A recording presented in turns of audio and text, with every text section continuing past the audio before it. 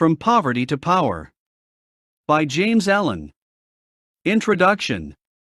In a special manner, it may be said that God blesses the author who consecrates his genius to such an uplifting theme as this, From Poverty to Power. He blesses him with a spiritual discernment beyond the ken of the most of men, and then puts a pen into his hand and tells him to tell us all about the truths he sees. Such a man is James Allen, the author of this book. Human nature is doing nobly. Our progress is splendidly inspiring. Of this there is much evidence, but of all the proofs there is none greater than humanity's hunger for spiritual food and God's method of providing that food through such men as Mr. Allen. There was a time when such books as his would not have been happily received. Let us rejoice in the birthright of the blessed privilege of living in the 20th century. Its page in history is destined to record the greatest blessings yet given to mankind. We are standing in the gray of its early dawn. Many demons which have distressed humanity shall be put down before the evening of the 20th century arrives. One of them which is destined to be largely if not completely conquered is poverty. Mr. Allen is one of the battling braves of our 20th century morning. His weapons are effective, and one of the greatest of them, especially in the fight against the demon just mentioned, is his book From Poverty to Power. Let it go forth and do its work. The Science Press. Forward. I looked around upon the world and saw that it was shadowed by sorrow and scorched by the fierce fires of suffering. And I looked for the cause. I looked around but could not find it. I looked in books, but could not find it. I looked within, and found there both the cause and the self-made nature of that cause. I looked again and deeper, and found the remedy. I found one law, the law of love, one life, the life of adjustment to that law, one truth, the truth of a conquered mind and a quiet and obedient heart. And I dreamed of writing a book which should help men and women, whether rich or poor, learned or unlearned, worldly or unworldly, to find within themselves the source of all success, all happiness, all accomplishment, all truth. And the dream remained with me, and at last became substantial, and now I send it forth into the world on its mission of healing and blessedness, knowing that it cannot fail to reach the homes and hearts of those who are waiting and ready to receive it. James Allen. Chapter 1. The Lesson of Evil. Unrest and pain and sorrow are the shadows of life.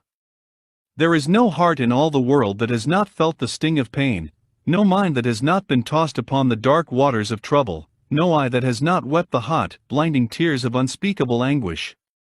There is no household where the great destroyers, disease and death, have not entered, severing heart from heart, and casting over all the dark pall of sorrow. In the strong and apparently indestructible meshes of evil all are more or less fast caught, and pain, unhappiness, and misfortune wait upon mankind.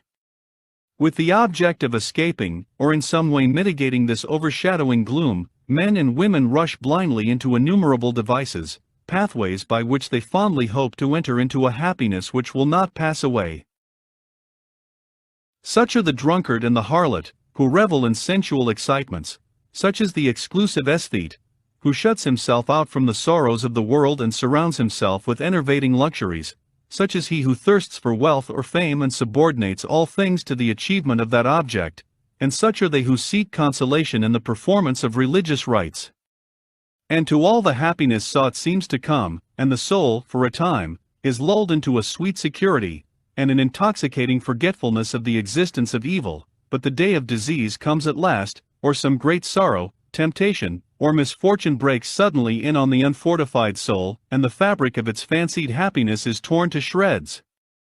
So, over the head of every personal joy hangs the Damocletian sword of pain, ready, at any moment, to fall and crush the soul of him who is unprotected by knowledge.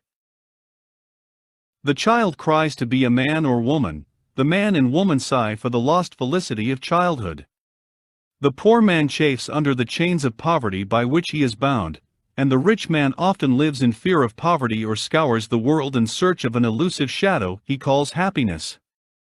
Sometimes the soul feels that it has found a secure peace and happiness in adopting a certain religion, in embracing an intellectual philosophy, or in building up an intellectual or artistic ideal, but some overpowering temptation proves the religion to be inadequate or insufficient. The theoretical philosophy is found to be a useless prop, or in a moment, the idealistic statue upon which the devotee has for years been laboring, is shattered into fragments at his feet.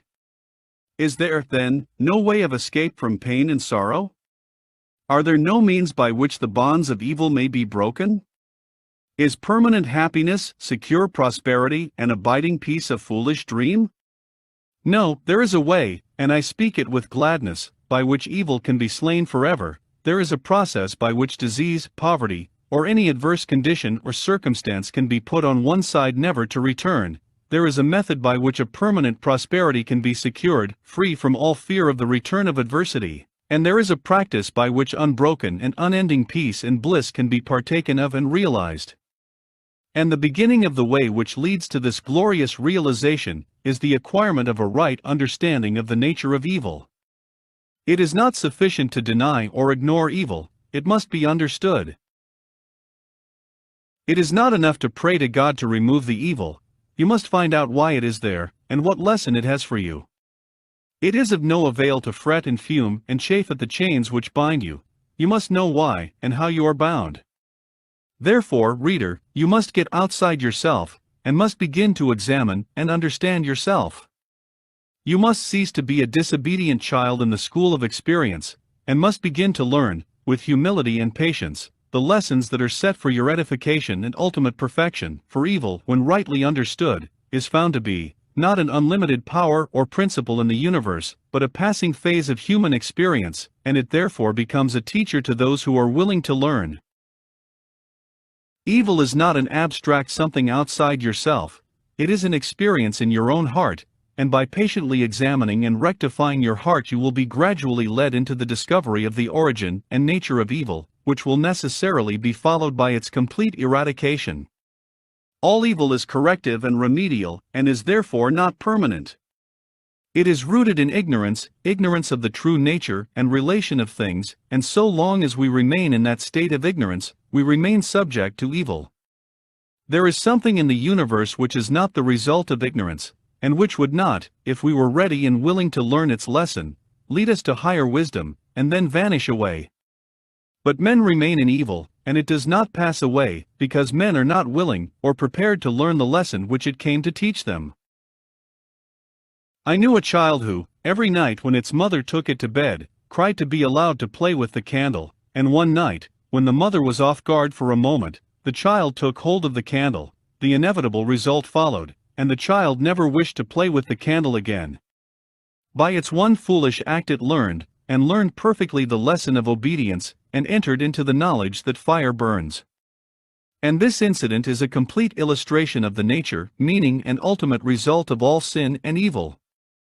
As the child suffered through its own ignorance of the real nature of fire, so older children suffer through their ignorance of the real nature of the things which they weep for and strive after, and which harm them when they are secured, the only difference being that in the latter case the ignorance and evil are more deeply rooted and obscure.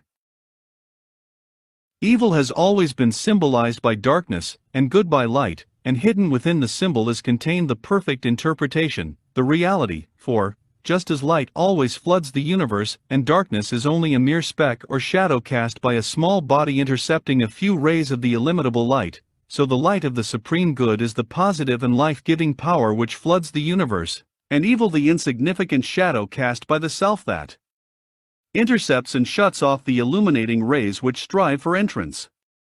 When night folds the world in its black impenetrable mantle, no matter how dense the darkness, it covers but the small space of half our little planet, while the whole universe is ablaze with living light, and every soul knows that it will awake in the light in the morning.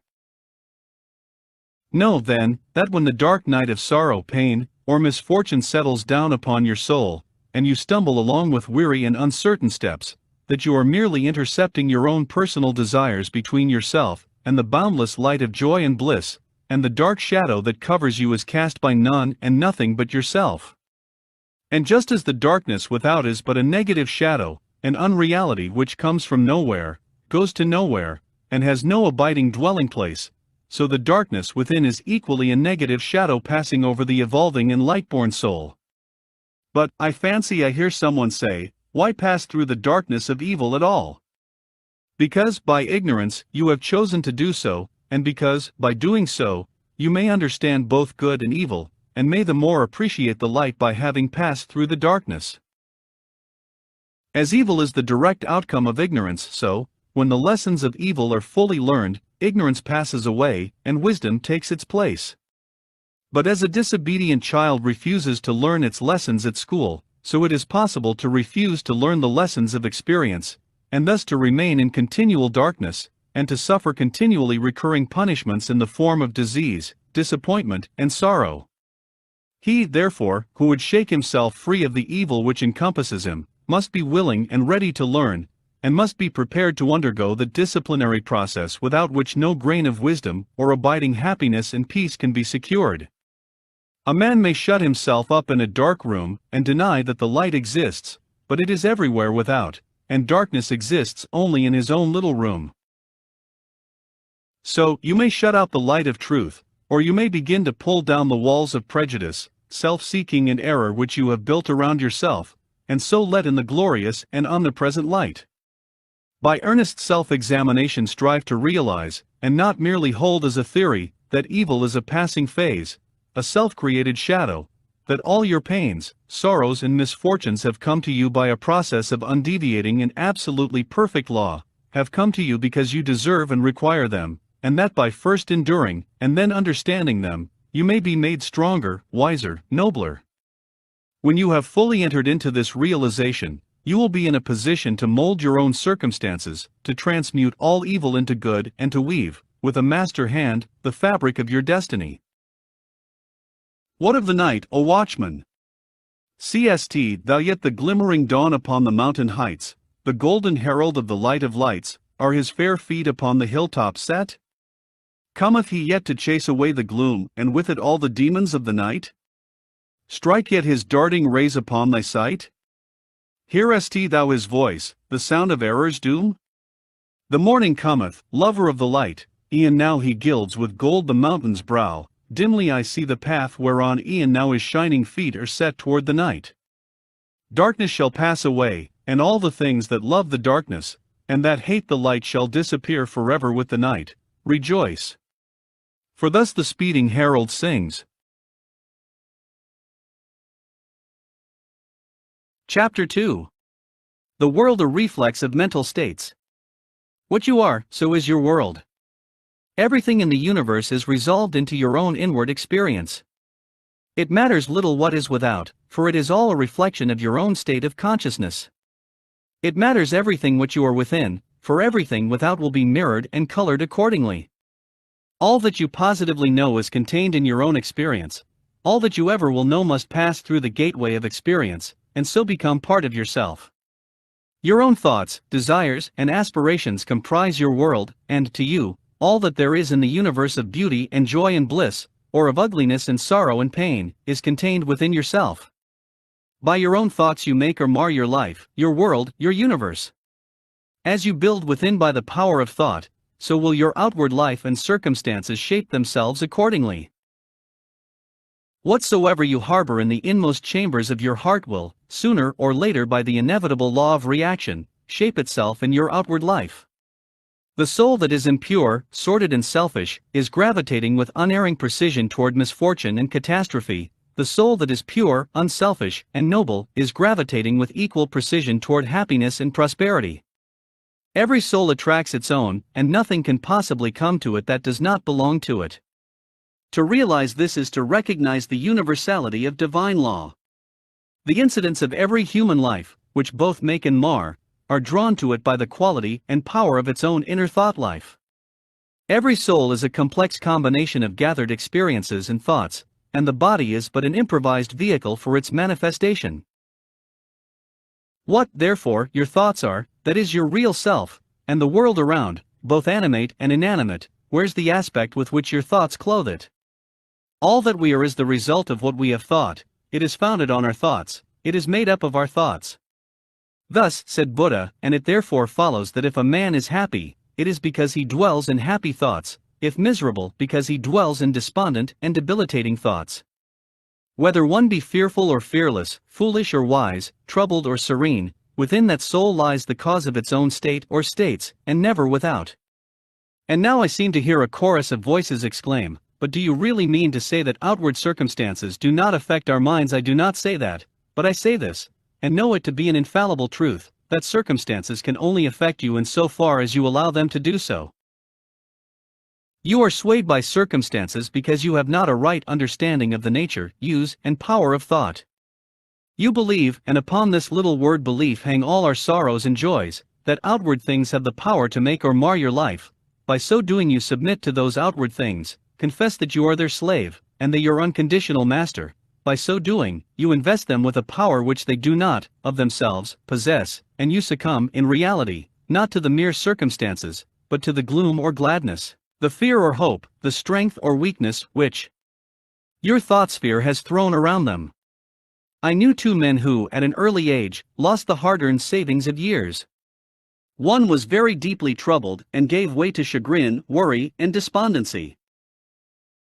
The other, on reading in his morning paper that the bank in which his money was deposited had hopelessly failed, and that he had lost all, quietly and firmly remarked, "Well, it's gone, and trouble and worry won't bring it back, but hard work will."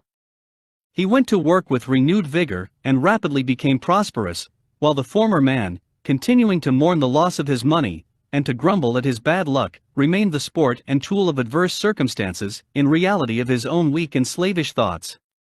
The loss of money was a curse to the one because he clothed the event with dark and dreary thoughts.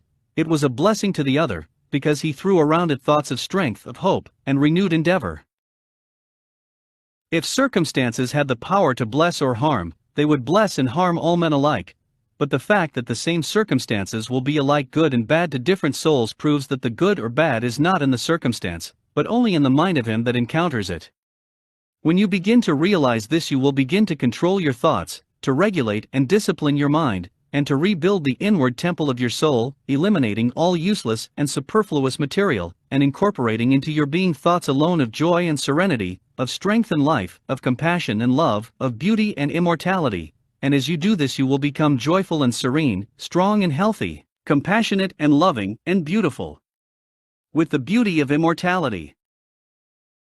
And as we clothe events with the drapery of our own thoughts, so likewise do we clothe the objects of the visible world around us, and where one sees harmony and beauty, another sees revolting ugliness. An enthusiastic naturalist was one day roaming the country lanes in pursuit of his hobby, and during his rambles came upon a pool of brackish water near a farmyard. As he proceeded to fill a small bottle with the water for the purpose of examination under the microscope, he dilated, with more enthusiasm than discretion, to an uncultivated son of the plough who stood close by, upon the hidden and innumerable wonders contained in the pool, and concluded by saying, "Yes, my friend, within this pool is contained 100, nay, 1,000,000 universes, had we but the sense or the instrument by which we could apprehend them." And the unsophisticated one ponderously remarked, "I know the water be full of tadpoles, but they be easy to catch." Where the naturalist, his mind stored with the knowledge of natural facts, saw beauty, harmony, and hidden glory, the mind unenlightened upon those things saw only an offensive mud puddle. The wild flower which the casual wayfarer thoughtlessly tramples upon is, to the spiritual eye of the poet, an angelic messenger from the invisible. To the many, the ocean is but a dreary expanse of water on which ships sail, and are sometimes wrecked. To the soul of the musician, it is a living thing, and he hears, in all its changing moods, divine harmonies. Where the ordinary mind sees disaster and confusion, the mind of the philosopher sees the most perfect sequence of cause and effect, and where the materialist sees nothing but endless death, the mystic sees pulsating and eternal life. And as we clothe both events and objects without our own thoughts, so likewise do we clothe the souls of others in the garments of our thoughts. The suspicious believe everybody to be suspicious. The liar feels secure in the thought that he is not so foolish as to believe that there is such a phenomenon as a strictly truthful person. The envious see envy in every soul. The miser thinks everybody is eager to get his money. He who has subordinated conscience in the making of his wealth, sleeps with a revolver under his pillow, wrapped in the delusion that the world is full of conscienceless people who are eager to rob him, and the abandoned sensualist looks upon the saint as a hypocrite. On the other hand, those who dwell in loving thoughts, see that in all which calls forth their love and sympathy, the trusting and honest are not troubled by suspicions, the good-natured and charitable who rejoice at the good fortune of others, scarcely know what envy means, and he who has realized the divine within himself recognizes it in all beings, even in the beasts. And men and women are confirmed in their mental outlook, because of the fact that, by the law of cause and effect, they attract to themselves that which they send forth, and so come in contact with people similar to themselves. The old adage, birds of a feather flock together, has a deeper significance than is generally attached to it, for in the thought world as in the world of matter, each clings to its kind. Do you wish for kindness? Be kind. Do you ask for truth? Be true. What you give of yourself you find, your world is a reflex of you. If you are one of those who are praying for, and looking forward to, a happier world beyond the grave, here is a message of gladness for you. You may enter into and realize that happy world now. It fills the whole universe, and it is within you, waiting for you to find, acknowledge, and possess. Said one who knew the inner laws of being, when men shall say lo here, or lo there, go not after them, the kingdom of God is within you. What you have to do is to believe this, simply believe it with a mind unshadowed by doubt, and then meditate upon it till you understand it. You will then begin to purify and to build your inner world, and as you proceed, passing from revelation to revelation, from realization to realization, you will discover the utter powerlessness of outward things beside the magic potency of a self-governed soul. If thou wouldest right the world, and banish all its evils, and its woes, make its wild places bloom, and its drear deserts blossom as the rose, then right thyself. If thou wouldest turn the world from its lone captivity and sin, restore all broken hearts, slay grief, and let sweet consolation in, turn thou thyself. If thou wouldest cure the world of its long sickness, end its grief and pain, bring in all healing joy, and give to the afflicted rest again, then cure thyself. If thou wouldest wake the world out of its dream of death and darkening strife, bring it to love and peace, and light and brightness of immortal life, wake thou thyself. Chapter 3. The Way Out of Undesirable Conditions. Having seen and realized that evil is but a passing shadow thrown, by the intercepting self, across the transcendent form of the eternal good, and that the world is a mirror in which each sees a reflection of himself, we now ascend, by firm and easy steps, to that plane of perception whereon is seen and realized the vision of the law. With this realization comes the knowledge that everything is included in a ceaseless interaction of cause and effect, and that nothing can possibly be divorced from law. From the most trivial thought, word, or act of man, up to the groupings of the celestial bodies, law reigns supreme. No arbitrary condition can, even for one moment, exist, for such a condition would be a denial and an annihilation of law. Every condition of life is, therefore, bound up in an orderly and harmonious sequence, and the secret and cause of every condition is contained within itself. The law, whatsoever a man sows that shall he also reap, is inscribed in flaming letters upon the portal of eternity, and none can deny it, none can cheat it, none can escape it. He who puts his hand in the fire must suffer the burning until such time as it has worked itself out, and neither curses nor prayers can avail to alter it. And precisely the same law governs the realm of mind. Hatred, anger, jealousy, envy, lust, covetousness, all these are fires which burn, and whoever even so much as touches them must suffer the torments of burning. All these conditions of mind are rightly called evil, for they are the efforts of the soul to subvert, in its ignorance, the law, and they, therefore, lead to chaos and confusion within, and are sooner or later actualized in the outward circumstances as disease, failure, and misfortune, coupled with grief, pain, and despair. Whereas love, gentleness, goodwill, purity, are cooling airs which breathe peace upon the soul that woos them, and, being in harmony with the eternal law, they become actualized in the form of health, peaceful surroundings, and undeviating success and good fortune. A thorough understanding of this great law which permeates the universe leads to the acquirement of that state of mind known as obedience. To know that justice, harmony, and love are supreme in the universe is likewise to know that all adverse and painful conditions are the result of our own disobedience to that law. Such knowledge leads to strength and power, and it is upon such knowledge alone that a true life, and an enduring success and happiness can be built. To be patient under all circumstances, and to accept all conditions as necessary factors in your training, is to rise superior to all painful conditions, and to overcome them with an overcoming which is sure and which leaves no fear of their return, for by the power of obedience to law they are utterly slain. Such an obedient one is working in harmony with the law, has in fact, identified himself with the law, and whatsoever he conquers forever, whatsoever he builds can never be destroyed. The cause of all power, as of all weakness, is within, the secret of all happiness as of all misery is likewise within. There is no progress apart from unfoldment within, and no sure foothold of prosperity or peace except by orderly advancement in knowledge. You say you are chained by circumstances, you cry out for better opportunities, for a wider scope, for improved physical conditions, and perhaps you inwardly curse the fate that binds you hand and foot. It is for you that I write, it is to you that I speak. Listen, and let my words burn themselves into your heart, for that which I say to you is truth. You may bring about that improved condition in your outward life which you desire, if you will unswervingly resolve to improve your inner life. I know this pathway looks barren at its commencement, truth always does, it is only error and delusion which are at first inviting and fascinating, but if you undertake to walk it, if you veeringly discipline your mind, eradicating your weaknesses, and allowing your soul forces and spiritual powers to unfold themselves, you will be astonished at the magical changes which will be brought about in your outward life. As you proceed, golden opportunities will be strewn across your path, and the power and judgment to properly utilize them will spring up within you.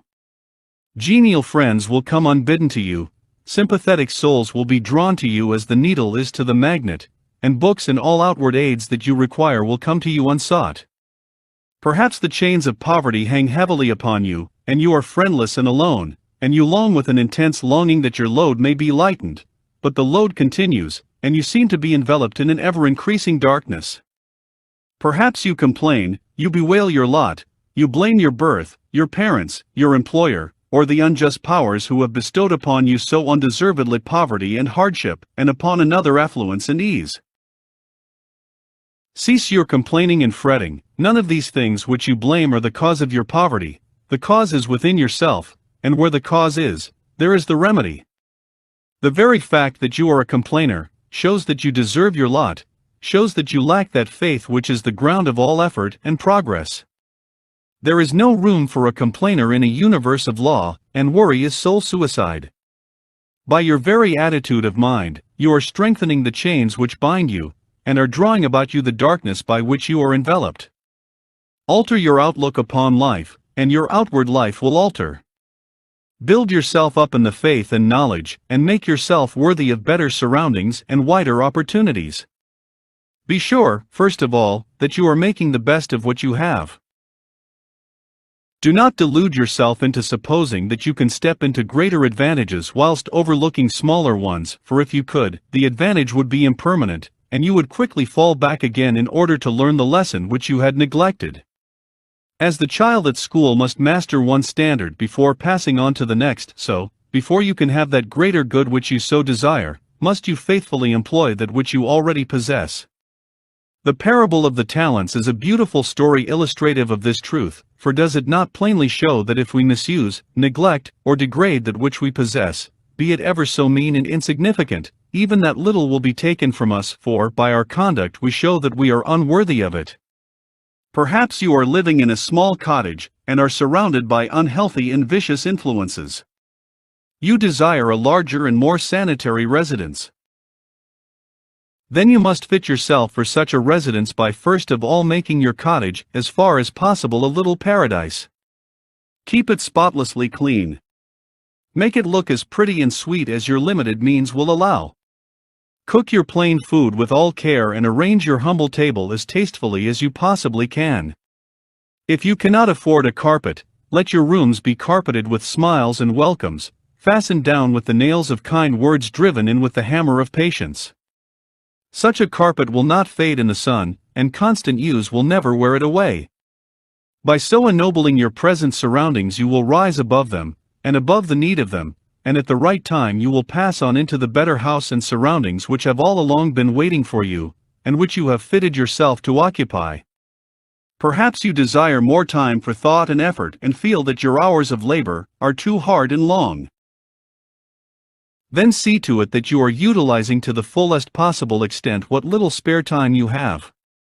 It is useless to desire more time, if you are already wasting what little you have, for you would only grow more indolent and indifferent.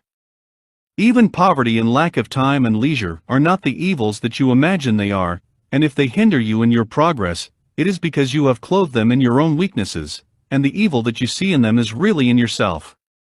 Endeavor to fully and completely realize that in so far as you shape and mold your mind, you are the maker of your destiny, and as, by the transmuting power of self-discipline you realize this more and more, you will come to see that these so-called evils may be converted into blessings. You will then utilize your poverty for the cultivation of patience, hope and courage, and your lack of time and the gaining of promptness of action and decision of mind, by seizing the precious moments as they present themselves for your acceptance. As in the rankest soil the most beautiful flowers are grown, so in the dark soil of poverty the choicest flowers of humanity have developed and bloomed. Where there are difficulties to cope with, and unsatisfactory conditions to overcome, their virtue most flourishes and manifests its glory.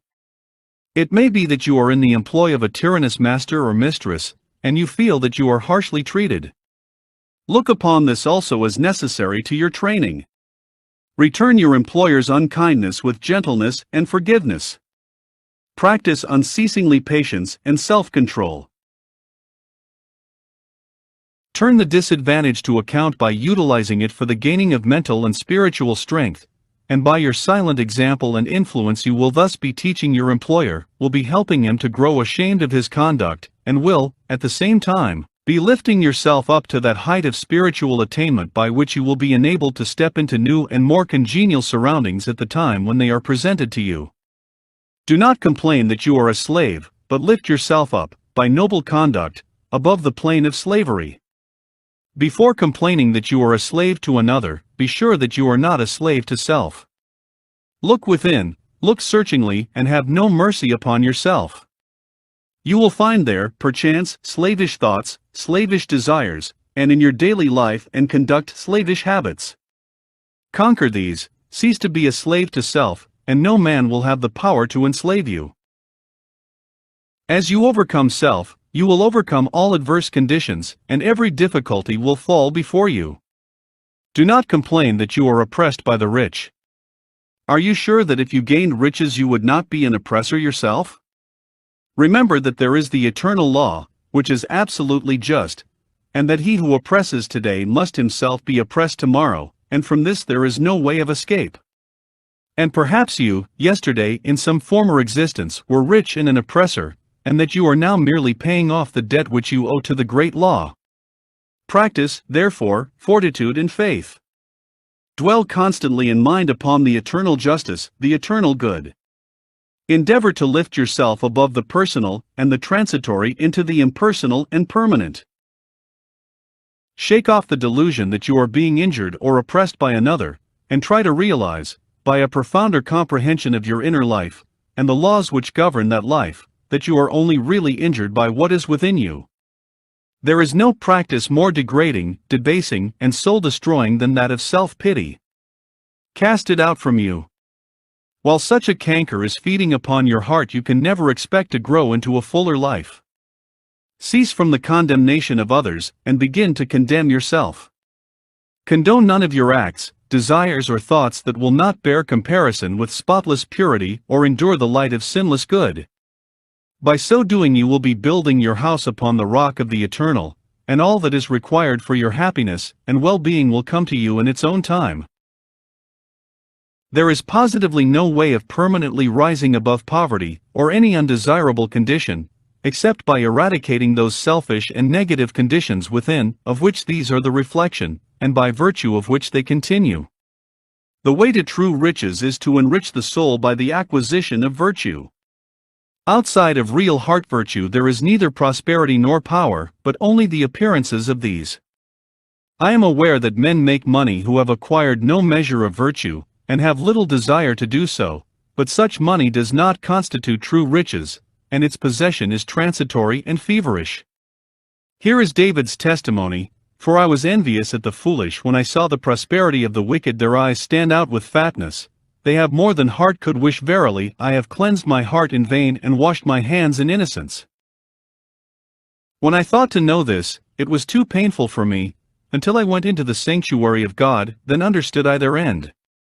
The prosperity of the wicked was a great trial to David, until he went into the sanctuary of God, and then he knew their end. You likewise may go into that sanctuary. It is within you. It is that state of consciousness which remains when all that is sordid, and personal, and impermanent is risen above, and universal and eternal principles are realized. That is the God state of consciousness. It is the sanctuary of the Most High. When by long strife and self-discipline, you have succeeded in entering the door of that holy temple, you will perceive, with unobstructed vision, the end and fruit of all human thought and endeavor, both good and evil. You will then no longer relax your faith when you see the immoral man accumulating outward riches, for you will know that he must come again to poverty and degradation. The rich man who is barren of virtue is, in reality, poor, and as surely as the waters of the river are drifting to the ocean, so surely is he, in the midst of all his riches, drifting towards poverty and misfortune, and though he die rich, yet must he return to reap the bitter fruit of all of his immorality. And though he become rich many times, yet as many times must he be thrown back into poverty, until, by long experience and suffering, he conquers the poverty within. But the man who is outwardly poor, yet rich in virtue, is truly rich, and, in the midst of all his poverty, he is surely traveling towards prosperity, and abounding joy and bliss await his coming. If you would become truly and permanently prosperous, you must first become virtuous. It is therefore unwise to aim directly at prosperity, to make it the one object of life, to reach out greedily for it. To do this is to ultimately defeat yourself. But rather aim at self-perfection, make useful and unselfish service the object of your life, and ever reach out hands of faith towards the supreme and unalterable good. You say you desire wealth, not for your own sake, but in order to do good with it, and to bless others. If this is your real motive in desiring wealth, then wealth will come to you, for you are strong and unselfish indeed if, in the midst of riches, you are willing to look upon yourself as steward and not as owner. But examine well your motive, for in the majority of instances where money is desired for the admitted object of blessing others, the real underlying motive is a love of popularity, and a desire to pose as a philanthropist or reformer. If you are not doing good with what little you have, depend upon it, the more money you got, the more selfish you would become, and all the good you appeared to do with your money, if you attempted to do any, would be so much insinuating self-laudation. If your real desire is to do good, there is no need to wait for money before you do it. You can do it now, this very moment, and just where you are. If you are really as unselfish as you believe yourself to be, you will show it by sacrificing yourself for others now. No matter how poor you are, there is room for self-sacrifice, for did not the widow put her all into the treasury? The heart that truly desires to do good does not wait for money before doing it, but comes to the altar of sacrifice, and, leaving there the unworthy elements of self, goes out and breathes upon neighbor and stranger, friend and enemy alike, the breath of blessedness. As the effect is related to the cause, so is prosperity and power related to the inward good, and poverty and weakness to the inward evil. Money does not constitute true wealth, nor position, nor power, and to rely upon it alone is to stand upon a slippery place. Your true wealth is your stock of virtue, and your true power the uses to which you put it. Rectify your heart, and you will rectify your life. Lust, hatred, anger, vanity, pride, covetousness, self-indulgence, self-seeking, obstinacy, all these are poverty and weakness, whereas love, purity, gentleness, meekness, patience, compassion, generosity, self-forgetfulness, and self-renunciation, all these are wealth and power.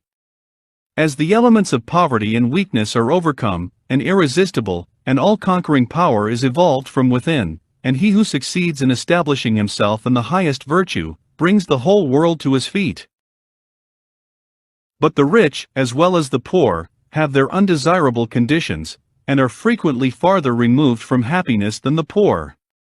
And here we see how happiness depends, not upon outward aids or possessions, but upon the inward life. Perhaps you are an employer, and you have endless trouble with those whom you employ, and when you do get good and faithful servants they quickly leave you. As a result you are beginning to lose, or have completely lost, your faith in human nature. You try to remedy matters by giving better wages, and by allowing certain liberties, yet matters remain unaltered. Let me advise you. The secret of all your trouble is not in your servants, it is in yourself, and if you look within, with a humble and sincere desire to discover and eradicate your error, you will, sooner or later, find the origin of all your unhappiness. It may be some selfish desire, or lurking suspicion, or unkind attitude of mind which sends out its poison upon those about you, and reacts upon yourself, even though you may not show it in your manner or speech. Think of your servants with kindness, consider their happiness and comfort, and never demand of them that extremity of service which you yourself would not care to perform were you in their place. Rare and beautiful is that humility of soul by which a servant entirely forgets himself and his master's good, but far rarer, and beautiful with a divine beauty, is that nobility of soul by which a man, forgetting his own happiness, seeks the happiness of those who are under his authority, and who depend upon him for their bodily sustenance. And such a man's happiness is increased tenfold, nor does he need to complain of those whom he employs. Said a well-known and extensive employer of labor, who never needs to dismiss an employer, "I have always had the happiest relations with my work people." If you ask me how it is to be accounted for, I can only say that it has been my aim from the first to do to them as I would wish to be done by. Herein lies the secret by which all desirable conditions are secured, and all that are undesirable are overcome. Do you say that you are lonely and unloved, and have not a friend in the world? Then, I pray you, for the sake of your own happiness, blame nobody but yourself. Be friendly towards others, and friends will soon flock round you. Make yourself pure and lovable, and you will be loved by all. Whatever conditions are rendering your life burdensome, you may pass out of and beyond them by developing and utilizing within you the transforming power of self-purification and self-conquest. Be it the poverty which galls, and remember that the poverty upon which I have been dilating is that poverty which is a source of misery, and not that voluntary poverty which is the glory of emancipated souls, or the riches which burden, or the many misfortunes, griefs, and annoyances which form the dark background in the web of life. You may overcome them by overcoming the selfish elements within which give them life. It matters not that by the unfailing law there are past thoughts and acts to work out, and to atone for, as, by the same law, we are setting in motion, during every moment of our life, fresh thoughts and acts, and we have the power to make them good or ill. Nor does it follow that if a man, reaping what he has sown, must lose money or forfeit position, that he must also lose his fortitude or forfeit his uprightness, and it is in these that his wealth and power and happiness are to be found. He who clings to self is his own enemy, and is surrounded by enemies. He who relinquishes self is his own savior, and is surrounded by friends like a protecting belt. Before the divine radiance of a pure heart all darkness vanishes, and all clouds melt away, and he who has conquered self has conquered the universe. Come, then, out of your poverty, come out of your pain, come out of your troubles and sighings and complainings and heartaches and loneliness by coming out of yourself. Let the old tattered garment of your petty selfishness fall from you, and put on the new garment of universal love. You will then realize the inward heaven, and it will be reflected in all your outward life. He who sets his foot firmly upon the path of self-conquest, who walks, aided by the staff of faith, the highway of self-sacrifice, will assuredly achieve the highest prosperity, and will reap abounding and enduring joy and bliss. To them that seek the highest good all things subserve the wisest ends, naught comes as ill, and wisdom lends wings to all shapes of evil brood. The darkening sorrow veils a star that waits to shine with gladsome light, hell waits on heaven, and after night comes golden glory from afar.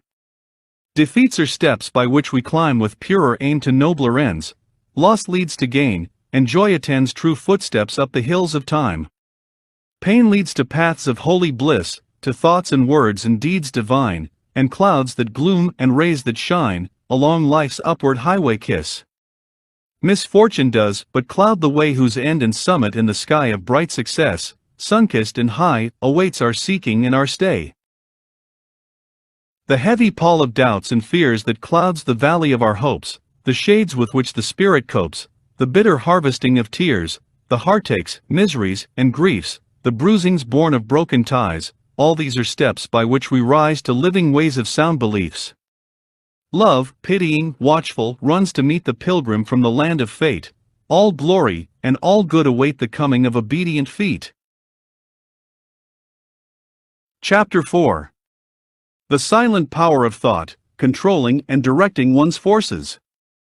The most powerful forces in the universe are the silent forces, and in accordance with the intensity of its power does a force become beneficent when rightly directed and destructive when wrongly employed. This is a common knowledge in regard to the mechanical forces, such as steam, electricity, etc., but few have yet learned to apply this knowledge to the realm of mind, where the thought forces, most powerful of all, are continually being generated and sent forth as currents of salvation or destruction. At this stage of his evolution, man has entered into the possession of these forces, and the whole trend of his present advancement is their complete subjugation. All the wisdom possible to man on this material earth is to be found only in complete self-mastery, and the command, "Love your enemies," resolves itself into an exhortation to enter here and now into the possession of that sublime wisdom by taking hold of, mastering and transmuting, those mind forces to which man is now slavishly subject, and by which he is helplessly borne, like a straw on the stream, upon the currents of selfishness. The Hebrew prophets, with their perfect knowledge of the supreme law, always related outward events to inward thought, and associated national disaster or success with the thoughts and desires that dominated the nation at the time. The knowledge of the causal power of thought is the basis of all their prophecies, as it is the basis of all real wisdom and power. National events are simply the working out of the psychic forces of the nation. Wars, plagues, and famines are the meeting and clashing of wrongly directed thought forces, the culminating points at which destruction steps in as the agent of the law. It is foolish to ascribe war to the influence of one man, or to one body of men. It is the crowning horror of national selfishness. It is the silent and conquering thought forces which bring all things into manifestation. The universe grew out of thought. Matter in its last analysis is found to be merely objectivized thought.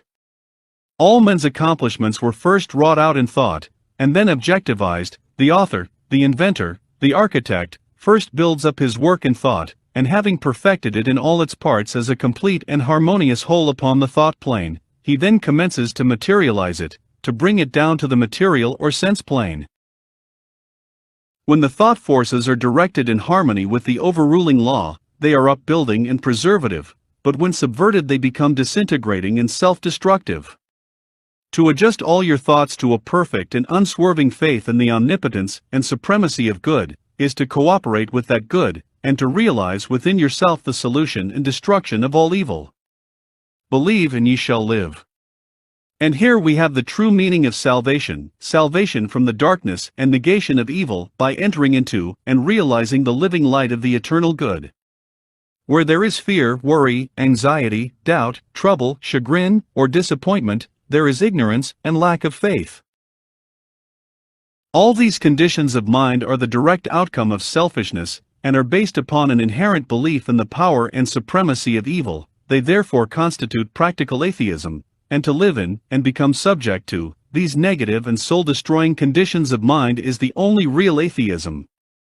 It is salvation from such conditions that the race needs, and let no man boast of salvation whilst he is their helpless and obedient slave. To fear or to worry is as sinful as to curse, for how can one fear or worry if he intrinsically believes in the eternal justice, the omnipotent good, the boundless love? To fear, to worry, to doubt, is to deny, to disbelieve. It is from such states of mind that all weakness and failure proceed, for for they represent the annulling and disintegrating of the positive thought forces which would otherwise speed to their object with power and bring about their own beneficent results. To overcome these negative conditions is to enter into a life of power, is to cease to be a slave, and to become a master, and there is only one way by which they can be overcome, and that is by steady and persistent growth in inward knowledge. To mentally deny evil is not sufficient, it must, by daily practice, be risen above and understood. To mentally affirm the good is inadequate, it must, by unswerving endeavor, be entered into and comprehended. The intelligent practice of self-control quickly leads to a knowledge of one's interior thought forces, and, later on, to the acquisition of that power by which they are rightly employed and directed. In the measure that you master self, that you control your mental forces instead of being controlled by them, in just such measure will you master affairs and outward circumstances. Show me a man under whose touch everything crumbles away, and who cannot retain success, even when it is placed in his hands, and I will show you a man who dwells continually in those conditions of mind which are the very negation of power. To be forever wallowing in the bogs of doubt, to be drawn continually into the quicksands of fear, or blown ceaselessly about by the winds of anxiety, is to be a slave, and to live the life of a slave, even though success and influence be forever knocking at your door seeking for admittance. Such a man, being without faith and without self-government, is incapable of the right government of his affairs, and is a slave to circumstances, in reality a slave to himself. Such are taught by affliction, and ultimately pass from weakness to strength by the stress of bitter experience. Faith and purpose constitute the motive power of life. There is nothing that a strong faith and an unflinching purpose may not accomplish. By the daily exercise of silent faith, the thought forces are gathered together, and by the daily strengthening of silent purpose, those forces are directed toward the object of accomplishment. Whatever your position in life may be, before you can hope to enter into any measure of success, usefulness, and power, you must learn how to focus your thought forces by cultivating calmness and repose. It may be that you are a businessman, and you are suddenly confronted with some overwhelming difficulty or probable disaster. You grow fearful and anxious and are at your wits' end. To persist in such a state of mind would be fatal, for when anxiety steps in, correct judgment passes out.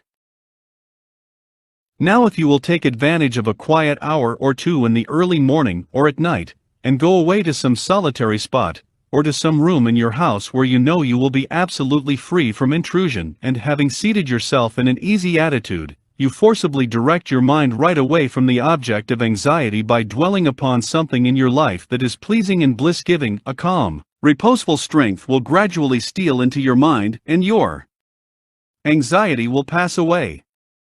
Upon the instant that you find your mind reverting to the lower plane of worry, bring it back again, and re-establish it on the plane of peace and strength.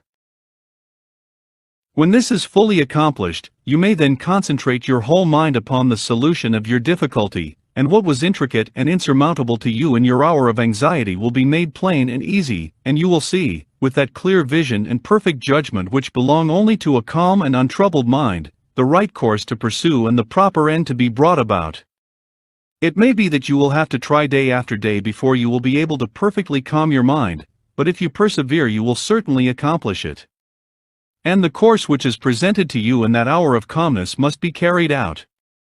Doubtless when you are again involved in the business of the day, and worries again creep in and begin to dominate you, you will begin to think that the course is a wrong or foolish one, but do not heed such suggestions. Be guided absolutely and entirely by the vision of calmness, and not by the shadows of anxiety. The hour of calmness is the hour of illumination and correct judgment. By such a course of mental discipline the scattered thought forces are reunited, and directed, like the rays of the searchlight, upon the problem at issue, with the result that it gives way before them. There is no difficulty however great, but will yield before a calm and powerful concentration of thought, and no legitimate object, but may be speedily actualized by the intelligent use and direction of one's soul forces. Not until you have gone deeply and searchingly into your inner nature, and have overcome many enemies that lurk there, can you have any approximate conception of the subtle power of thought, of its inseparable relation to outward and material things, or of its magical potency, when rightly poised and directed, in readjusting and transforming the life conditions.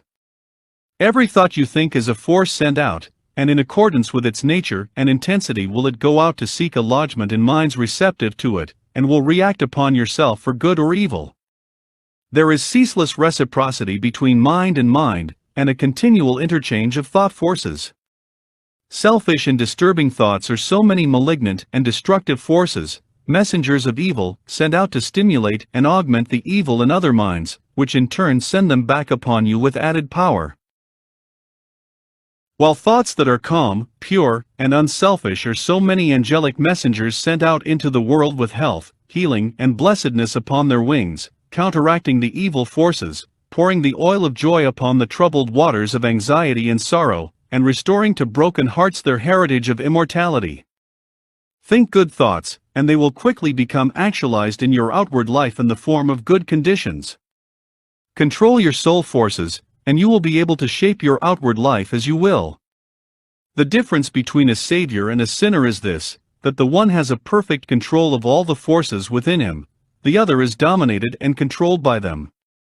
There is absolutely no other way to true power and abiding peace, but by self-control, self-government, self-purification. To be at the mercy of your disposition is to be impotent, unhappy, and of little real use in the world. The conquest of your petty likes and dislikes, your capricious loves and hates, your fits of anger, suspicion, jealousy, and all the changing moods to which you are more or less helplessly subject, this is the task you have before you if you would weave into the web of life the golden threads of happiness and prosperity. In so far as you are enslaved by the changing moods within you, will you need to depend upon others, and upon outward aids as you walk through life. If you would walk firmly and securely, and would accomplish any achievement, you must learn to rise above and control all such disturbing and retarding vibrations. You must daily practice the habit of putting your mind at rest, going into the silence, as it is commonly called. This is a method of replacing a troubled thought with one of peace, a thought of weakness with one of strength. Until you succeed in doing this, you cannot hope to direct your mental forces upon the problems and pursuits of life with any appreciable measure of success. It is a process of diverting one's scattered forces into one powerful channel. Just as a useless marsh may be converted into a field of golden corn, or a fruitful garden by draining and directing the scattered and harmful streams into one well-cut channel, so, he who acquires calmness, and subdues and directs the thought currents within himself, saves his soul, and fructifies his heart and life. As you succeed in gaining mastery over your impulses and thoughts, you will begin to feel, growing up within you, a new and silent power, and a settled feeling of composure and strength will remain with you. Your latent powers will begin to unfold themselves, and whereas formerly your efforts were weak and ineffectual, you will now be able to work with that calm confidence which commands success. And along with this new power and strength, there will be awakened within you that interior illumination known as intuition, and you will walk no longer in darkness and speculation, but in light and certainty. With the development of this soul vision, judgment and mental penetration will be incalculably increased, and there will evolve within you that prophetic vision by the aid of which you will be able to sense coming events, and to forecast, with remarkable accuracy, the result of your efforts. And in just the measure that you alter from within will your outlook upon life alter, and as you alter your mental attitude towards others, they will alter in their attitude and conduct toward you. As you rise above the lower, debilitating, and destructive thought forces, you will come in contact with the positive, strengthening, and upbuilding currents generated by strong, pure, and noble minds. Your happiness will be immeasurably intensified, and you will begin to realize the joy, strength, and power which are born only of self-mastery. And this joy, strength, and power will be continually radiating from you, and without any effort on your part, nay, though you are utterly unconscious of it. Strong people will be drawn toward you, influence will be put into your hands, and in accordance with your altered thought world will outward events shape themselves. A man's foes are they of his own household, and he who would be useful, strong, and happy, must cease to be a passive receptacle for the negative, beggarly, and impure streams of thought, and as a wise householder commands his servants and invites his guests, so must he learn to command his desires, and to say, with authority, what thoughts he shall admit into the mansion of his soul. Even a very partial success in self-mastery adds greatly to one's power, and he who succeeds in perfecting this divine accomplishment, enters into possession of undreamed-of wisdom and inward strength and peace, and realizes that all the forces of the universe aid and protect his footsteps who is master of his soul. Would you scale the highest heaven, would you pierce the lowest hell, live in dreams of constant beauty, or in basest thinkings dwell? For your thoughts are heaven above you, and your thoughts are hell below. Bliss is not, except in thinking, torment not but thought can know. Worlds would vanish but for thinking, glory is not but in dreams, and the drama of the ages from the thought eternal streams. Dignity and shame and sorrow, pain and anguish, love and hate, are but maskings of the mighty pulsing thought that governs fate. As the colors of the rainbow makes the one uncolored beam, so the universal changes make the one eternal dream. And the dream is all within you, and the dreamer waiteth long for the morning to awake him to the living thought and strong. That shall make the ideal real, make to vanish dreams of hell in the highest, holiest heaven where the pure and perfect dwell. Evil is the thought that thinks it, good, the thought that makes it so, light and darkness, sin and pureness likewise out of thinking grow. Dwell in thought upon the grandest, and the grandest you shall see, fix your mind upon the highest, and the highest you shall be. Chapter 5.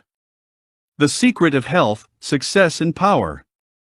We all remember with what intense delight, as children, we listened to the never-tiring fairy tale. How eagerly we followed the fluctuating fortunes of the good boy or girl, ever protected, in the hour of crisis, from the evil machinations of the scheming witch, the cruel giant, or the wicked king. And our little hearts never faltered for the fate of the hero or heroine, nor did we doubt their ultimate triumph over all their enemies, for we knew that the fairies were infallible, and that they would never desert those who had consecrated themselves to the good and the true.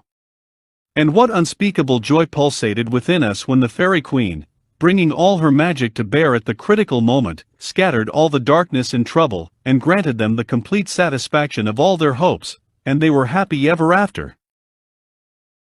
With the accumulating years, and an ever-increasing intimacy with the so-called realities of life, our beautiful fairy world became obliterated, and its wonderful inhabitants were relegated, in the archives of memory, to the shadowy and unreal. And we thought we were wise and strong in thus leaving forever the land of childish dreams, but as we re-become little children in the wondrous world of wisdom, we shall return again to the inspiring dreams of childhood and find that they are, after all, realities. The fairy folk, so small and nearly always invisible, yet possessed of an all-conquering and magical power, who bestow upon the good health, wealth, and happiness, along with all the gifts of nature in lavish profusion, start again into reality and become immortalized in the soul realm of him who, by growth in wisdom, has entered into a knowledge of the power of thought, and the laws which govern the inner world of being. To him the fairies live again as thought people, thought messengers, thought powers working in harmony with the overruling good. And they who, day by day, endeavor to harmonize their hearts with the heart of the supreme good, do in reality acquire true health, wealth, and happiness. There is no protection to compare with goodness, and by goodness I do not mean a mere outward conformity to the rules of morality, I mean pure thought, noble aspiration, unselfish love, and freedom from vainglory. To dwell continually in good thoughts, is to throw around oneself a psychic atmosphere of sweetness and power which leaves its impress upon all who come in contact with it. As the rising sun puts to rout the helpless shadows, so are all the impotent forces of evil put to flight by the searching rays of positive thought which shine forth from a heart made strong in purity and faith. Where there is sterling faith and uncompromising purity, there is health, there is success, there is power. In such a one, disease, failure, and disaster can find no lodgment, for there is nothing on which they can feed. Even physical conditions are largely determined by mental states, and to this truth the scientific world is rapidly being drawn.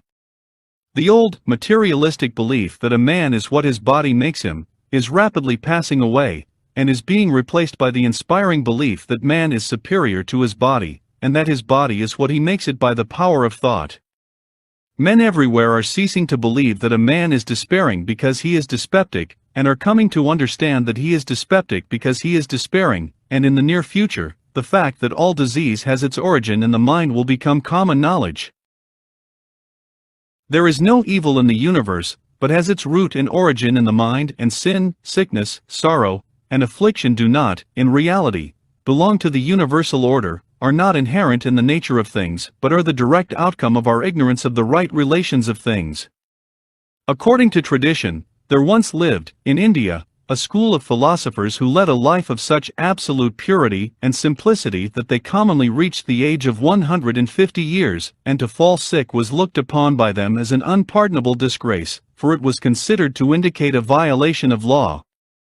The sooner we realize and acknowledge that sickness, far from being the arbitrary visitation of an offended God, or the test of an unwise providence, is the result of our own error or sin, the sooner shall we enter upon the highway of health. Disease comes to those who attract it, to those whose minds and bodies are receptive to it, and flees from those whose strong, pure, and positive thought sphere generates healing and life-giving currents. If you are given to anger, worry, jealousy, greed, or any other inharmonious state of mind, and expect perfect physical health, you are expecting the impossible, for you are continually sowing the seeds of disease in your mind. Such conditions of mind are carefully shunned by the wise man, for he knows them to be far more dangerous than a bad drain or an infected house. If you would be free from all physical aches and pains, and would enjoy perfect physical harmony, then put your mind in order, and harmonize your thoughts. Think joyful thoughts, think loving thoughts, let the elixir of goodwill course through your veins, and you will need no other medicine. Put away your jealousies, your suspicions, your worries, your hatreds, your selfish indulgences, and you will put away your dyspepsia, your biliousness, your nervousness, and aching joints. If you will persist in clinging to these debilitating and demoralizing habits of mind, then do not complain when your body is laid low with sickness. The following story illustrates the close relation that exists between habits of mind and bodily conditions. A certain man was afflicted with a painful disease, and he tried one physician after another, but all to no purpose. He then visited towns which were famous for their curative waters, and after having bathed in them all, his disease was more painful than ever. One night he dreamed that a presence came to him and said, "Brother, hast thou tried all the means of cure?" And he replied, "I have tried all." "Nay," said the presence, "come with me, and I will show thee a healing bath which has escaped thy notice." The afflicted man followed, and the presence led him to a clear pool of water and said, "Plunge thyself in this water, and thou shalt surely recover," and thereupon vanished. The man plunged into the water, and on coming out, lo! his disease had left him, and at the same moment he saw written above the pool the word "renounce." Upon waking, the full meaning of his dream flashed across his mind, and looking within he discovered that he had, all along, been a victim to a sinful indulgence, and he vowed that he would renounce it forever. He carried out his vow, and from that day his affliction began to leave him, and in a short time he was completely restored to health. Many people complain that they have broken down through overwork. In the majority of such cases the breakdown is more frequently the result of foolishly wasted energy. If you would secure health you must learn to work without friction. To become anxious or excited, or to worry over needless details, is to invite a breakdown. Work, whether of brain or body, is beneficial and health-giving, and the man who can work with a steady and calm persistence, freed from all anxiety and worry, and with his mind utterly oblivious to all but the work he has in hand, will not only accomplish far more than the man who is always hurried and anxious, but he will retain his health, a boon which the other quickly forfeits. True health and true success go together, for they are inseparably intertwined in the thought realm. As mental harmony produces bodily health, so it also leads to a harmonious sequence in the actual working out of one's plans. Order your thoughts and you will order your life. Pour the oil of tranquility upon the turbulent waters of the passions and prejudices, and the tempests of misfortune, howsoever they may threaten, will be powerless to wreck the bark of your soul as it threads its way across the ocean of life. And if that bark be piloted by a cheerful and never-failing faith, its course will be doubly sure, and many perils will pass it by which would otherwise attack it. By the power of faith every enduring work is accomplished. Faith in the Supreme, faith in the overruling law, faith in your work, and in your power to accomplish that work, here is the rock upon which you must build if you would achieve, if you would stand and not fall. To follow, under all circumstances, the highest promptings within you, to be always true to the divine self, to rely upon the inward light, the inward voice, and to pursue your purpose with a fearless and restful heart, believing that the future will yield unto you the need of every thought and effort, knowing that the laws of the universe can never fail, and that your own will come back to you with mathematical exactitude. This is faith and the living of faith. By the power of such a faith the dark waters of uncertainty are divided, every mountain of difficulty crumbles away, and the believing soul passes on unharmed. Strive, O reader, to acquire, above everything, the priceless possession of this dauntless faith, for it is the talisman of happiness, of success, of peace, of power, of all that makes life great and superior to suffering. Build upon such a faith, and you build upon the rock of the eternal, and with the materials of the eternal, and the structure that you erect will never be dissolved, for it will transcend all the accumulations of material luxuries and riches, the end of which is dust. Whether you are hurled into the depths of sorrow or lifted upon the heights of joy, ever retain your hold upon this faith, ever return to it as your rock of refuge, and keep your feet firmly planted upon its immortal and immovable base. Centered in such a faith, you will become possessed of such a spiritual strength as will shatter, like so many toys of glass, all the forces of evil that are hurled against you, and you will achieve a success such as the mere striver after worldly gain can never know or even dream of. If ye have faith, and doubt not, ye shall not only do this, but if ye shall say unto this mountain, Be thou removed and be thou cast into the sea, it shall be done.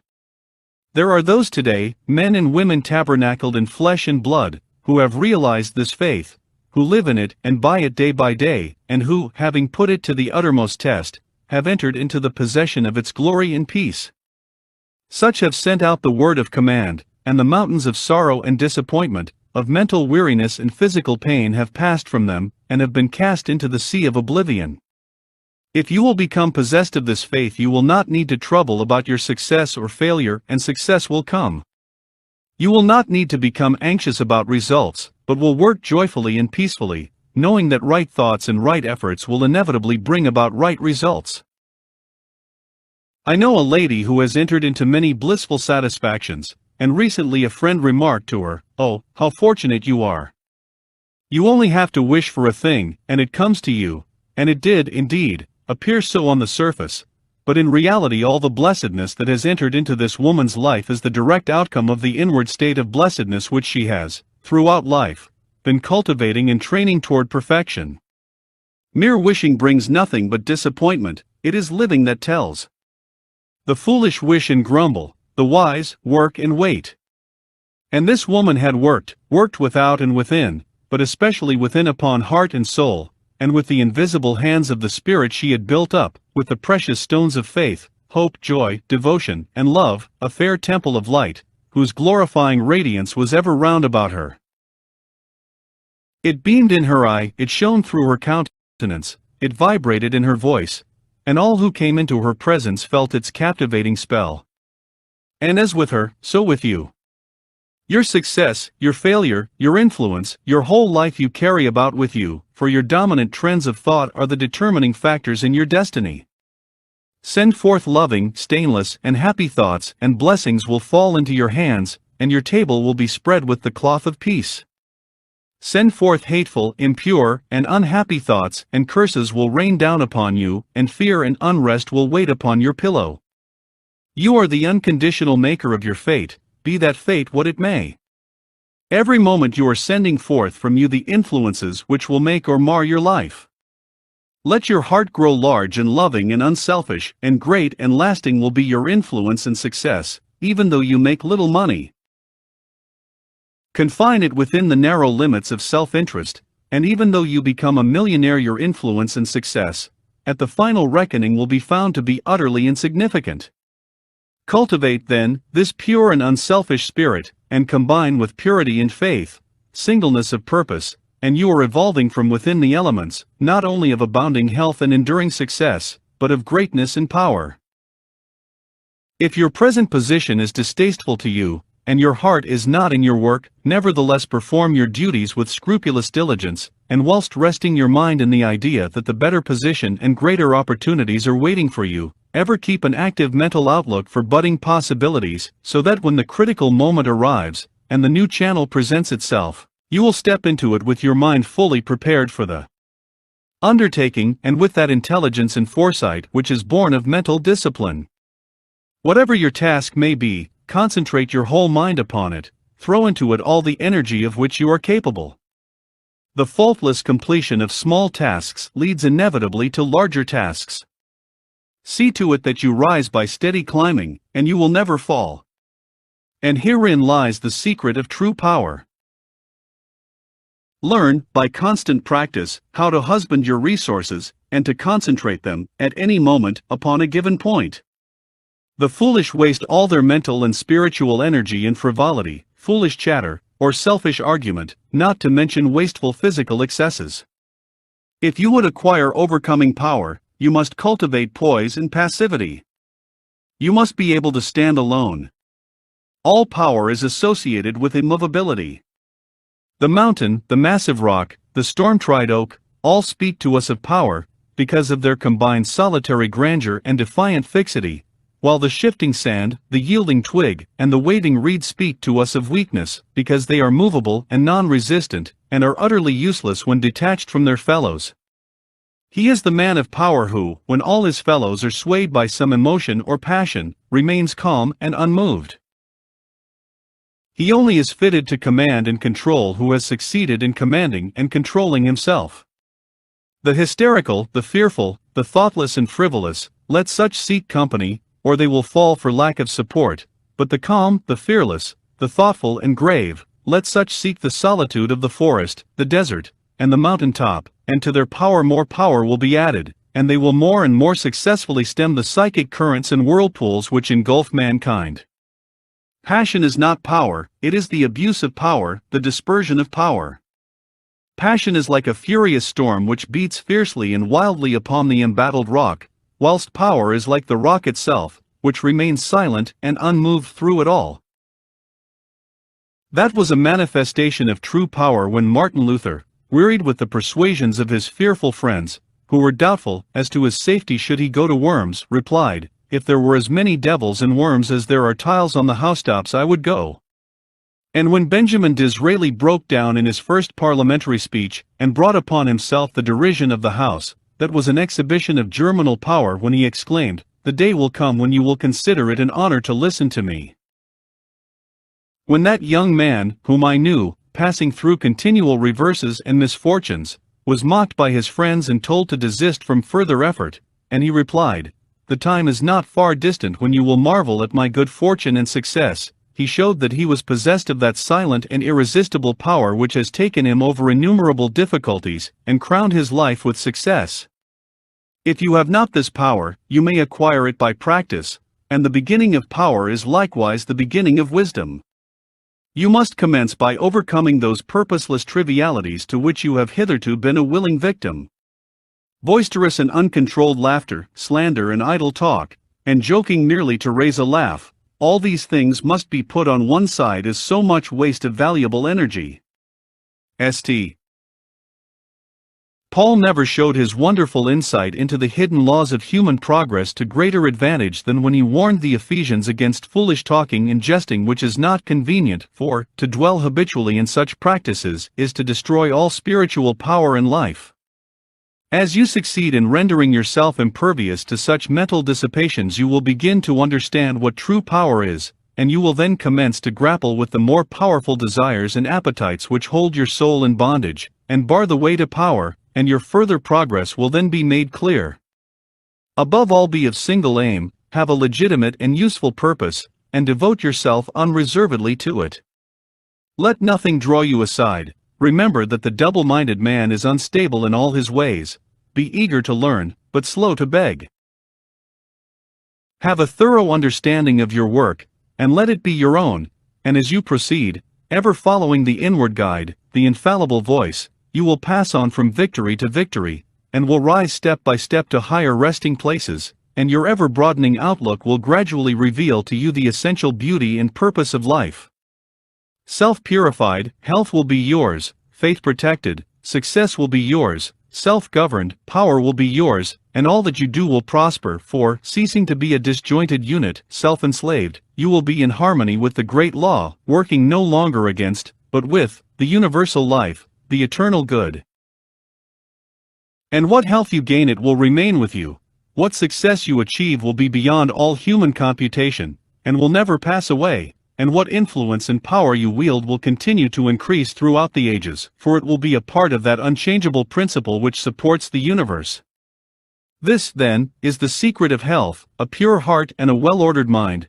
This is the secret of success, an unfaltering faith, and a wisely directed purpose, and to rein in, with unfaltering will, the dark steed of desire. This is the secret of power. All ways are waiting for my feet to tread, the light and dark, the living and the dead, the broad and narrow way, the high and low, the good and bad, and with quick step or slow, I now may enter any way I will, and find, by walking, which is good, which ill.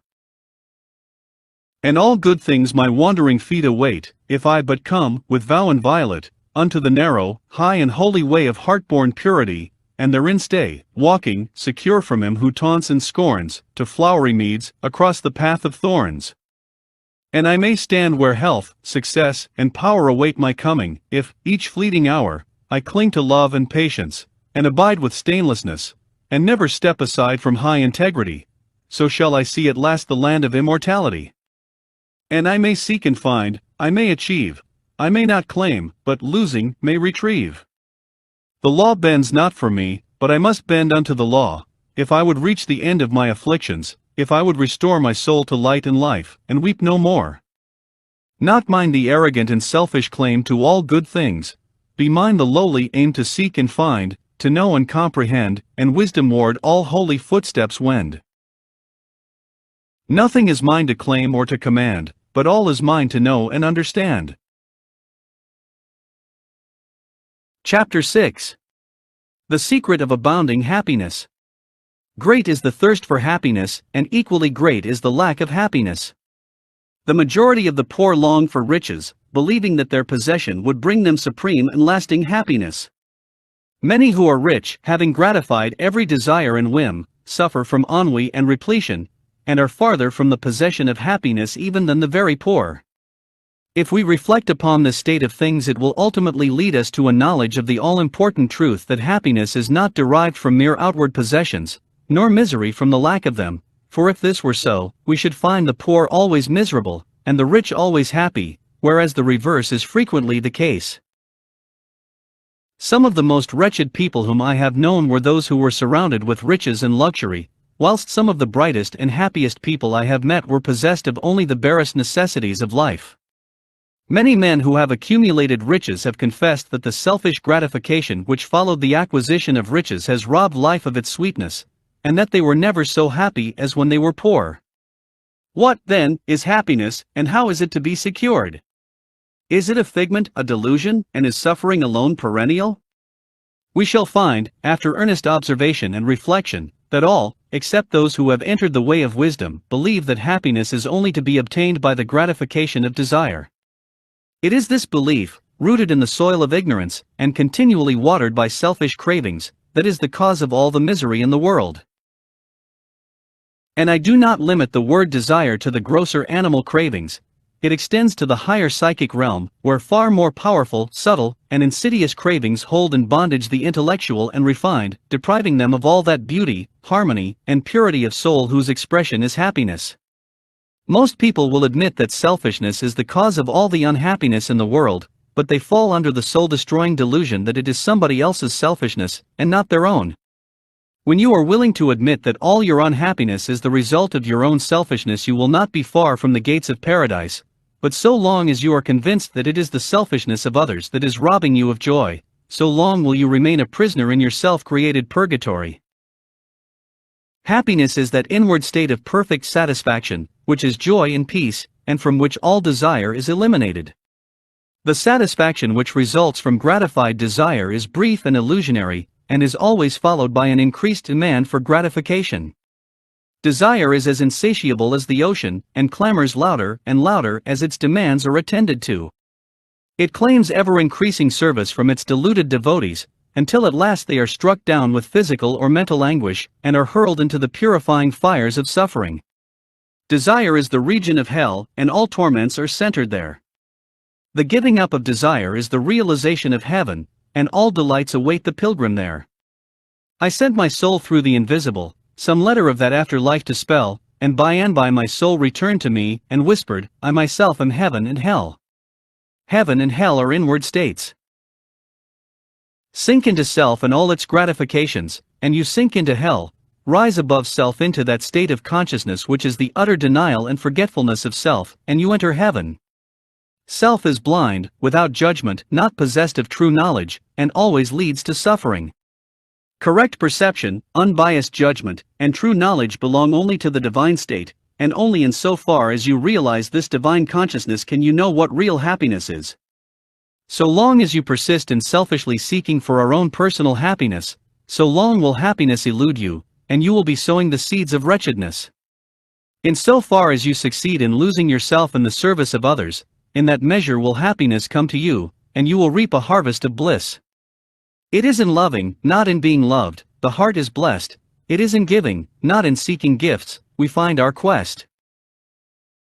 Whatever be thy longing or thy need, that do thou give, so shall thy soul be fed, and thou indeed shalt truly live. Cling to self, and you cling to sorrow. Relinquish self, and you enter into peace.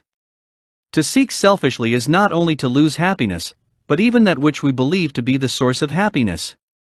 See how the glutton is continually looking about for a new delicacy wherewith to stimulate his deadened appetite, and how, bloated, burdened, and diseased, scarcely any food at last is eaten with pleasure. Whereas, he who has mastered his appetite, and not only does not seek, but never thinks of gustatory pleasure, finds delight in the most frugal meal. The angel form of happiness, which men, looking through the eyes of self, imagine they see in gratified desire, when clasped is always found to be the skeleton of misery. Truly, he that seeketh his life shall lose it, and he that loseth his life shall find it. Abiding happiness will come to you when, ceasing to selfishly cling, you are willing to give up. When you are willing to lose, unreservedly, that impermanent thing which is so dear to you and which, whether you cling to it or not, will one day be snatched from you, then you will find that that which seemed to you like a painful loss, turns out to be a supreme gain. To give up in order to gain, than this there is no greater delusion, nor no more prolific source of misery, but to be willing to yield up and to suffer loss, this is indeed the way of life. How is it possible to find real happiness by centering ourselves in those things which, by their very nature, must pass away? Abiding in real happiness can only be found by centering ourselves in that which is permanent. Rise, therefore, above the clinging to and the craving for impermanent things, and you will then enter into a consciousness of the eternal, and as, rising above self, and by growing more and more into the spirit of purity, self-sacrifice and universal love, you become centered in that consciousness, you will realize that happiness which has no reaction, and which can never be taken from you. The heart that has reached utter self-forgetfulness in its love for others has not only become possessed of the highest happiness, but has entered into immortality, for it has realized the divine. Look back upon your life, and you will find that the moments of supremest happiness were those in which you uttered some word, or performed some act, of compassion or self-denying love. Spiritually, happiness and harmony are synonymous. Harmony is one phase of the great law whose spiritual expression is love. All selfishness is discord, and to be selfish is to be out of harmony with the divine order. As we realize that all-embracing love which is the negation of self, we put ourselves in harmony with the divine music, the universal song, and that ineffable melody which is true happiness becomes our own. Men and women are rushing hither and thither in the blind search for happiness and cannot find it, nor ever will until they recognize that happiness is already within them and round about them, filling the universe, and that they, in their selfish searching, are shutting themselves out from it. I followed happiness to make her mine, past towering oak and swinging ivy vine. She fled, I chased, o'er slanting hill and dale, o'er fields and meadows, in the purpling vale, pursuing rapidly o'er dashing stream. I scaled the dizzy cliffs where eagles scream. I traversed swiftly every land and sea, but always happiness eluded me. Exhausted, fainting, I pursued no more, but sank to rest upon a barren shore. One came and asked for food, and one for alms. I placed the bread in gold and bony palms. One came for sympathy, and one for rest. I shared with every needy one my best, when, lo! Sweet happiness, with form divine, stood by me, whispering softly, I am thine. These beautiful lines of Burleigh's express the secret of all abounding happiness. Sacrifice the personal and transient, and you rise at once into the impersonal and permanent. Give up that narrow, cramped self that seeks to render all things subservient to its own petty interests, and you will enter into the company of the angels, into the very heart and essence of universal love. Forget yourself entirely in the sorrows of others, and in ministering to others, and divine happiness will emancipate you from all sorrow and suffering. Taking the first step with a good thought, the second with a good word, and the third with a good deed, I entered paradise. And you also may enter into paradise by pursuing the same course. It is not beyond, it is here. It is realized only by the unselfish. It is known in its fullness only to the pure in heart. If you have not realized this unbounded happiness, you may begin to actualize it by ever holding before you the lofty ideal of unselfish love and aspiring towards it. Aspiration or prayer is desire turned upward. It is the soul turning toward its divine source, where alone permanent satisfaction can be found. By aspiration, the destructive forces of desire are transmuted into divine and all-preserving energy. To aspire is to make an effort to shake off the trammels of desire. It is the prodigal made wise by loneliness and suffering, returning to his Father's mansion. As you rise above the sordid self, as you break, one after another, the chains that bind you, will you realize the joy of giving, as distinguished from the misery of grasping, giving of your substance, giving of your intellect, giving of the love and light that is growing within you. You will then understand that it is indeed more blessed to give than to receive. But the giving must be of the heart without any taint of self, without desire for reward. The gift of pure love is always attended with bliss. If, after you have given, you are wounded because you are not thanked or flattered, or your name put in the paper, know then that your gift was prompted by vanity and not by love, and you were merely giving in order to get, were not really giving, but grasping. Lose yourself in the welfare of others, forget yourself in all that you do. This is the secret of abounding happiness.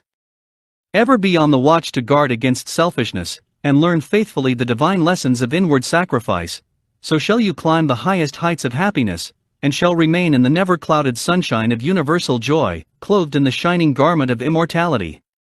Are you searching for the happiness that does not fade away? Are you looking for the joy that lives, and leaves no grievous day? Are you panting for the waterbrooks of love, and life, and peace? Then let all dark desires depart, and selfish seeking cease. Are you lingering in the paths of pain, grief-haunted, stricken sore?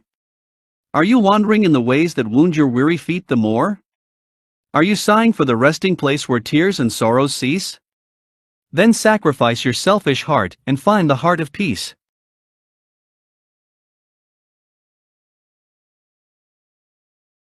Chapter 7. The Realization of Prosperity. It is granted only to the heart that abounds with integrity, trust, generosity, and love to realize true prosperity. The heart that is not possessed of these qualities cannot know prosperity, for prosperity, like happiness, is not an outward possession, but an inward realization. The greedy man may become a millionaire, but he will always be wretched, and mean and poor, and will even consider himself outwardly poor so long as there is a man in the world who is richer than himself, whilst the upright, the open-handed and loving will realize a full and rich prosperity, even though their outward possessions may be small. He is poor who is dissatisfied, he is rich who is contented with what he has, and he is richer who is generous with what he has. When we contemplate the fact that the universe is abounding in all good things, material as well as spiritual, and compare it with man's blind eagerness to secure a few gold coins, or a few acres of dirt, it is then that we realize how dark and ignorant selfishness is. It is then that we know that self-seeking is self-destruction. Nature gives all, without reservation, and loses nothing. Man, grasping all, loses everything. If you would realize true prosperity, do not settle down, as many have done, into the belief that if you do right everything will go wrong. Do not allow the word competition to shake your faith in the supremacy of righteousness. I care not what men may say about the laws of competition, for do I not know the unchangeable law, which shall one day put them all to rout, and which puts them to rout even now in the heart and life of the righteous man? And knowing this law, I can contemplate all dishonesty with undisturbed repose, for I know where certain destruction awaits it. Under all circumstances do that which you believe to be right and trust the law, trust the divine power that is immanent in the universe, and it will never desert you, and you will always be protected. By such a trust all your losses will be converted into gains, and all curses which threaten will be transmuted into blessings. Never let go of integrity, generosity, and love, for these, coupled with energy, will lift you into the truly prosperous state. Do not believe the world when it tells you that you must always attend to number one first, and to others afterwards. To do this is not to think of others at all, but only of one's own comforts. To those who practice this, the day will come when they will be deserted by all, and when they cry out in their loneliness and anguish there will be no one to hear and help them. To consider oneself before all others is to cramp and warp and hinder every noble and divine impulse. Let your soul expand, let your heart reach out to others in loving and generous warmth, and great and lasting will be your joy, and all prosperity will come to you. Those who have wandered from the highway of righteousness guard themselves against competition. Those who always pursue the right need not to trouble about such defense. This is no empty statement.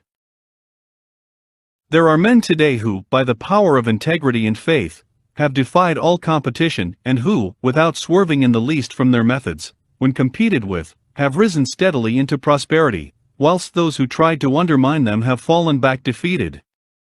To possess those inward qualities which constitute goodness is to be armored against all the powers of evil, and to be doubly protected in every time of trial, and to build oneself up in those qualities is to build up a success which cannot be shaken, and to enter into a prosperity which will endure forever. The white robe of the heart invisible is stained with sin and sorrow, grief and pain, and all repentant pools and springs of prayer shall not avail to wash it white again. While in the path of ignorance I walk, the stains of error will not cease to cling, defilements mark the crooked path of self, where anguish lurks and disappointments sting. Knowledge and wisdom only can avail to purify and make my garment clean, for therein lie love's waters, therein rests peace undisturbed, eternal, and serene. Sin and repentance is the path of pain, knowledge and wisdom is the path of peace. By the near way of practice I will find where bliss begins, how pains and sorrows cease. Self shall depart, and truth shall take its place, the changeless one, the indivisible shall take up his abode in me, and cleanse the white robe of the heart invisible. I hope you enjoyed reading From Poverty to Power by James Allen.